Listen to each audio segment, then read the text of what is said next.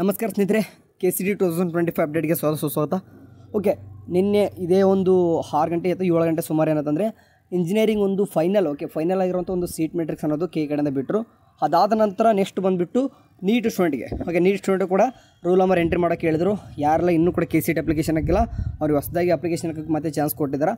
And NRI ward ಮತ್ತು ST John's college ಅದೆಲ್ಲನೂ ಕೂಡ ಡೀಟೇಲ್ಸಾಗಿ ಏನು ಮಾಡಿದ್ರು KEದವರು ಒಂದು ನೋಟಿಫಿಕೇಶನ್ ಮೂಲಕ ಬಿಟ್ಟರು. ಅದನ್ನು ಬಿಟ್ಟಾಕ್ಬಿಟ್ಟು ಇವಾಗ ಏನು ಮಾತಾಡೋದಂತಂದರೆ ರಿಮೈನಿಂಗ್ ಸ್ಟೂಡೆಂಟ್ ಯಾರು, ಓಕೆ ನಿಮ್ಗೆ ಗೊತ್ತೈತೆ BS ನರ್ಸಿಂಗ್ ಇದ್ದೀರಾ, ಅಗ್ರಿಕಲ್ಚರ್ ಇದ್ದೀರಾ, ವೆಟ್ರನರಿ ಇದ್ದೀರಾ, ಆ್ಯಂಡ್ ಫಾರ್ಮಸಿ ಇದ್ದೀರಾ, ಆ್ಯಂಡ್ ಅದೇ ರೀತಿ ಬೇರೆ ಬೇರೆ ಎಲ್ಲನೂ ಕೂಡ ಕೋರ್ಸಸ್ ಇದ್ದೀರಾ, ಅಂದರೆ BNYS ಕೂಡ ಇದ್ದೀರಾ.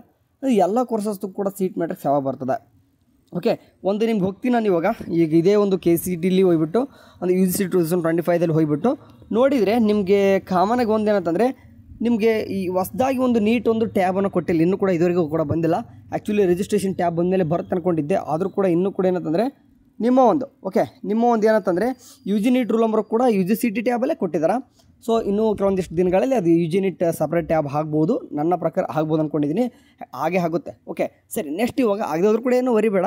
ನೆಕ್ಸ್ಟ್ ಏನಂತಂದರೆ ಈಗ ಸೀಟ್ ಮ್ಯಾಟ್ರಿಕ್ಸ್ ರಿಮೈನಿಂಗ್ ಕೋರ್ಸಸ್ ಎಲ್ಲಿ ಇದ್ದಾವೆ ಅಂತಂದರೆ ಇನ್ನೂ ಕೂಡ ಬಿಟ್ಟಿಲ್ಲ. ಓಕೆ ನೋಡಿ, ಈಗ ಫೈನಲಾಗಿ ಒಂದು ಸೀಟ್ ಮ್ಯಾಟ್ರಿಕ್ಸ್ ಅನ್ನೋದು ಏನು ಬಿಟ್ಟಿದ್ದಾರೆ ಇಂಜಿನಿಯರಿಂಗ್ದು, ಇದು ನಿಮಗೆ ಇನ್ನೊಂದು ಟೈಮು ಕೂಡ ಬರ್ತದೆ. ಹೌದಾ ಬರ್ತಾರೆ ಹೆಂಗೆ ಮತ್ತು ಫೈನಲ್ ಅಂತ ಹೇಳ್ತಿದ್ರೆ ಮತ್ತೆ ಬರ್ತಂತ ಹೇಳ್ಬೋದು. ಹೌದು, ಖಂಡಿತವಾಗ್ಲೂ ಕೂಡ ನಿಮಗೆ ಇನ್ನೊಂದು ಟೈಮ್ ಏನು ಮಾಡ್ತಾರೆ ಅಂತಂದರೆ ಈಗ ಡ್ರಾಪ್ ಸೀಟ್ ಮ್ಯಾಟ್ರಿಕ್ಸ್ ಬಿಟ್ಟರು, ಒಂದು ಫೈನಲ್ ಸೀಟ್ ಮ್ಯಾಟ್ರಿಕ್ಸ್ ಅನ್ನೋದು ಬಿಟ್ಟರು. ಬಟ್ ಇವಾಗ ಆರಿಜೆಂಟಲ್ ಆ್ಯಂಡ್ ವರ್ಟಿಕಲ್ ಮೂಲಕ ವಿತ್ ಕ್ಯಾಸ್ಟು ಕ್ಯಾಟಗರಿ ಎಲ್ಲನೂ ಕೂಡ ಡೀಟೇಲ್ಡ್ ಆಗಿ ಅಂದ್ಬಿಟ್ಟು ಒಂದೇ. ಓಕೆ, ಫಾರ್ ಎಕ್ಸಾಂಪಲ್ ಇಲ್ಲಿ ಏನು ಮಾಡಿದ್ರು ಅಂತಂದ್ರೆ ಈಗ ಒಂದು 3 ಥರ ಕೊಟ್ಟರು. ಒಂದು ಸ್ಪೆಷಲ್ ಕ್ಯಾಟಗರಿ ಬೇರೆ ಕೊಟ್ಟರು, ಒಂದು ಸಪ್ರೇಟಾಗಿ ಕಾಲಮ್ ಬೇರೆ, ಅಂದರೆ 121ನೇ ಪೇಜಲ್ಲಿ ಹೋಗಿಬಿಟ್ರೆ ಅದ್ರದ್ದು ಬೇರೆ ಕೊಟ್ಟಿದ್ರು, ಆ್ಯಂಡ್ 121ಕ್ಕಿಂತ ಅದು ಅಲ್ಲಿರುವಂಥ ಅಂದರೆ 3 ಟೈಪ್ ಇಲ್ಲಿ ಕೊಟ್ಟಿದ್ರು. ಬಟ್ ಹಂಗೆ ಮಾಡಲ್ಲ. ಈಗ ಚಿಂತಾಮಣಿ ಕಾಲೇಜ್ ಇದೆ ಅಂತ ಅನ್ಕೋರಿ, ಆ ಕಾಲೇಜಲ್ಲಿ ಎಲ್ಲನೂ ಕೂಡ ಡೀಟೇಲ್ಸಿಗೆ ಒಂದೇ ಕಾಲಮ್ ಆ್ಯಂಡ್ ಒಂದು ರಾದಲ್ಲಿ ಬಂದು ಮುಗಿಸ್ಬಿಡ್ತದೆ. ಆ ರೀತಿಯ ಸೀಟ್ ಮ್ಯಾಟ್ರಿಕ್ಸ್ ಇಂಜಿನಿಯರಿಂಗ್ದು ಬರ್ತದೆ.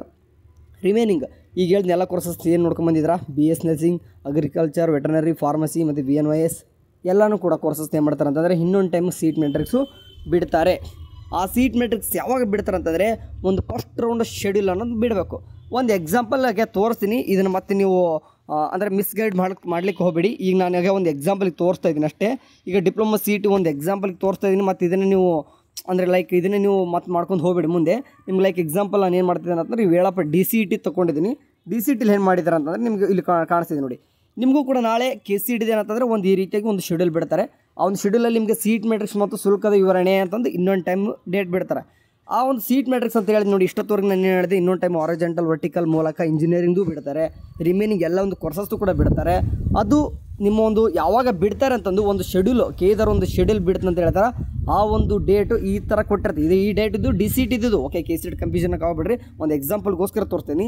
ಈ ಥರನಾಗಿ ಏನು ಮಾಡ್ತಾರೆ ಅಂತಂದರೆ ಒಂದು ನಿಮ್ಮ ಒಂದು ಫಸ್ಟ್ ರೌಂಡ್ ಶೆಡ್ಯೂಲಲ್ಲಿ ಹೇಳ್ತಾರೆ ಎಲ್ಲ ಒಂದು ಕೋರ್ಸಸ್ ಸೀಟ್ ಮ್ಯಾಟ್ರಿಕ್ಸು ಮತ್ತು ಫೀ ಸ್ಟ್ರಕ್ಚರ್ ಯಾವಾಗ ಬಿಡ್ತೀವಿ, ನಿಮಗೆ ಫಸ್ಟ್ ರೌಂಡ್ ಆಪ್ಷನ್ ಎಂಟ್ರಿ ಯಾವಾಗ ಸ್ಟಾರ್ಟ್ ಆಗ್ತದೆ, ಆ್ಯಂಡ್ ಫಸ್ಟ್ ರೌಂಡ್ ರಿಸಲ್ಟ್ ಯಾವಾಗ ಬರ್ತದೆ, ಅದೇ ರೀತಿಯಾಗಿ ನಿಮಗೆ ವಾಲ್ಯೂ ಆಫೀಸ್ ಮಾಡಿಫೈ ಮಾಡೋಕ್ಕೆ ಯಾವಾಗ ಬಿಡ್ತೀವಿ, ಆ್ಯಂಡ್ ರಿಯಲ್ ಅಲಾಟ್ಮೆಂಟ್ ಯಾವಾಗ ಆಗ್ತದೆ, ನಿಮಗೆ ಚಾಯ್ಸ್ ಎಂಟ್ರಿ ಯಾವಾಗ ಸ್ಟಾರ್ಟ್ ಆಗ್ತದೆ, ಚಾಯ್ಸ್ ಯಾರೆಲ್ಲ ಚಾಯ್ಸನ್ನು ಕೊಟ್ಟಿದ್ರೆ ಅವ್ರ ಅಡ್ಮಿಷನ್ ಯಾವಾಗ ಆಗ್ತದೆ, ಇದೆಲ್ಲನೂ ಕೂಡ ಡೀಟೇಲ್ಡಾಗಿ ಏನಂತಂದರೆ ಇನ್ನೊಂದು ಟೈಮು ನಮ್ಮ ಕಡೆಯಿಂದ ಒಂದು ಈ ರೀತಿಯಾಗಿ ಒಂದು ಶೆಡ್ಯೂಲು ನಮ್ಮ ಒಂದು KCET ಸ್ಟೂಡೆಂಟ್ ಕೂಡ ಬರ್ತದೆ. ಇದು ಸದ್ಯಕ್ಕೆ ನಿಮ್ಗೆ ಎಕ್ಸಾಂಪಲ್ಗೋಸ್ಕರ DCET ತೋರಿಸ್ತಿದ್ದೀನಿ.